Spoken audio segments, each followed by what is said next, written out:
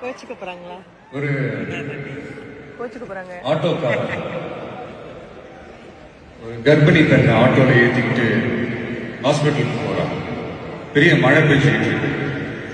அப்ப அவர்கிட்ட இருந்த அந்த கொடைய அந்த கர்ப்பிணி பெண்ணை கிட்ட கொடுத்துட்டு இதை எடுத்துக்கிட்டு போமா அப்படின்னு சொல்றாங்க. அப்ப அந்த பொண்ணு சொல்றாங்க,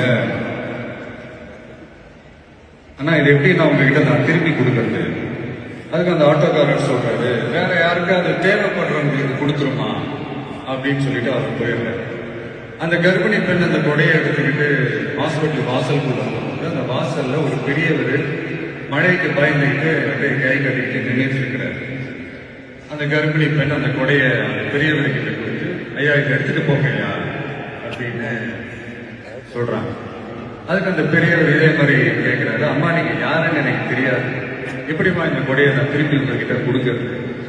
அதுக்கு அந்த பொண்ணு சிரிச்சுக்கிட்டே சொல்றாங்க, வேற யாருக்காவது தேவைப்படுறவங்களுக்கு கொடுத்துருங்க ஐயா அப்படின்னு சொல்லிட்டு போயிடுறாங்க.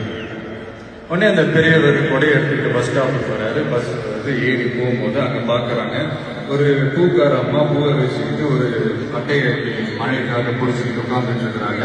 பெரியவர் போய் அந்த கொடையை அந்த பூக்கார அம்மா கிட்ட கொடுத்துட்டு அவர் பஸ் ஏறி போயிடுறாரு. பூக்காரமா அந்த கொடையை அவங்க கிட்ட கொடையை கொடுத்துட்டு மழையில நனையாதமா இதை எடுத்துக்கிட்டு போங்க அப்படின்னு சொல்றாங்க. அந்த பொண்ணு தேங்க்ஸ் அப்படின்ற வாசல்ல நின்றுட்டு இருக்கிறாரு. பொண்ணு மழையில நனைஞ்சுக்கிட்டு வரணுமே அப்படின்ட்டு அந்த அப்பா வேற யாரும் இல்லை, அந்த ஆட்டோக்காரர்.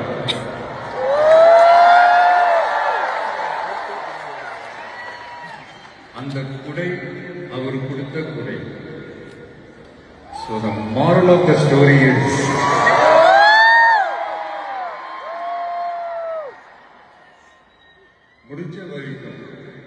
முடிஞ்ச வரைக்கும் எல்லாருக்கும் சின்ன சின்னதா நல்லது, சின்ன சின்னதா ஒரு ஹெல்ப் அது செஞ்சு இருந்து பாருங்க. லைஃப் ஒரு மாதிரி ஜாலியா இன்ட்ரெஸ்டிங்கா. ஒரு ஃபேமஸ் சேயிங் ஒன்று இருக்கு, வெள்ளத்துல தவிக்கிற ஒருத்தருக்கு நீங்க படகு கொடுத்தீங்கன்னா பாலைவனத்துல நீங்க தவிக்கிறப்போ அது ஒட்டகமா வந்து நிற்கும். யாராவது உங்களுக்கு ஏதாவது கெடுதல் செஞ்சுட்டாங்கன்னு அது நீங்க பழி வாங்கிட்டீங்கன்னு நினைக்கிறேன், அந்த நாள் முழுக்க நீங்க சம மகிழ்ச்சியா இருப்பீங்க. எப்படி பார்த்தல எப்படி பழி வாங்கினேன். ஆனா அதே மனுஷனை மன்னிச்சு விட்டு பாருங்க, வாழ்நாள் முழுக்க நிம்மதியா இருக்கு.